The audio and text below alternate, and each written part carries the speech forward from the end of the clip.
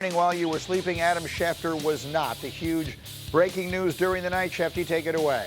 John Harbaugh is expected to become the new head coach of the New York Giants. Greeny, they are still finalizing the deal that is expected to pay him roughly $20 or so million a year. There's still money due in Baltimore. There'll be money paid in New York. But the Giants got John Harbaugh in the building on Wednesday.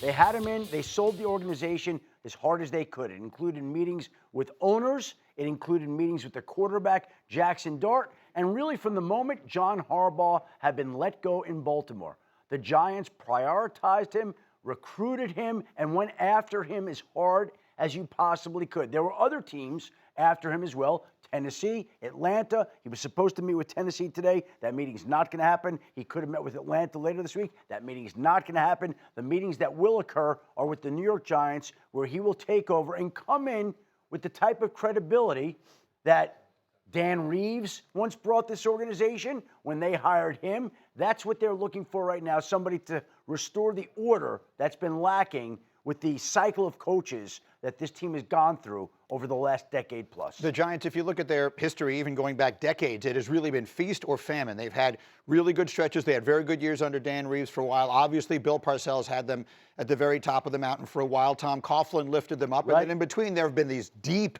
valleys, and it has just been a revolving door of coaches there since Coughlin left. One would assume this will be an end to that. So let me ask you, Dan. Yeah. This time next year, can we put up C15, please? Will John Harbaugh and Jackson Dart's name belong on a list that looks something like this? This past season, there were 4 teams that were able to increase their win totals by at least 6 games. 3 of them that you see on that screen there, Mike Vrabel, Liam Cohen, and Johnson, were in their first year with their teams. And in each case, they took over teams that had young, promising quarterbacks that needed to fulfill their potential. In the case of May and Caleb Williams, obviously, they were going into their second years. Trevor's been there a little longer than that, but we'd all been waiting to see it come together. It certainly looked like it did to a degree. Do you think that we're looking at the next one of those stories next season? Something similar, yes. I do believe that the Giants are a much more talented football team than the record indicated, and it was because of some of the fourth quarter collapses with leads.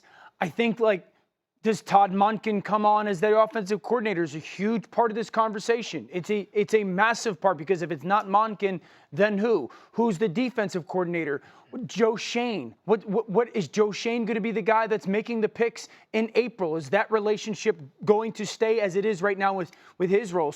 But I think that the Giants have more talent on the roster from an individual performance perspective than their record indicated. Well, so let's make it even more interesting. Hembo, can you look this up for me while we're sitting here talking? How many years in a row, or what is the stat on a team going from worst to first in their division, right? Every single year. It happens every year. That's what I mean. There have been at least, I think, 4 or 5 new playoff teams for 36 straight years in the National Football League. And by the way, you could put down the Giants right now for being in the thick of it next year. I expect them to be competing for a playoff. And that's what I'm saying. And this particular season, the Chicago Bears went from last place in their division to winning the division. I'm talking about a division where the Eagles seem to be, I don't know what they are.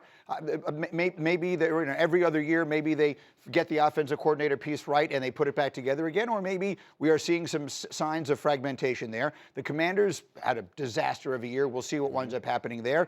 The Cowboys, one side of the ball good, other side of the ball not so good, some questions. So we think the Giants could get better. Could you see the Giants contending in the division as soon as next year? Honestly, I think it's tough to contend immediately, because I think the Eagles are very talented. I think you get Jaden Daniels in a conference or in a division where he is one of the most talented quarterbacks in the National Football League. But I do think for Harbaugh, looking at this situation, you look at the nucleus that they have offensively. They have, Burns on defense, Carter on defense. They have a young core to build around. And when he got to the Baltimore Ravens, that was kind of the same thing. He had a defense that he knew he could build on. He had players, young players and older players that he's like, hey, I know I can build something around this nucleus. Yeah. And I think for him, it's a fresh start, because the criticism, there have been people that's like, hey, you're coming from a team with a Hall of Fame running back, a Hall of Fame quarterback, a talented roster, and a good organization. What's going to be different? I just think it's time, and it happens. And I think the resurgence of Harbaugh in a new spot is going to give him motivation, but also it allows him to build this the way he wants from the ground floor. One of the things that the Giants have going for them is there's probably not a division in football right now that has as many question marks, at least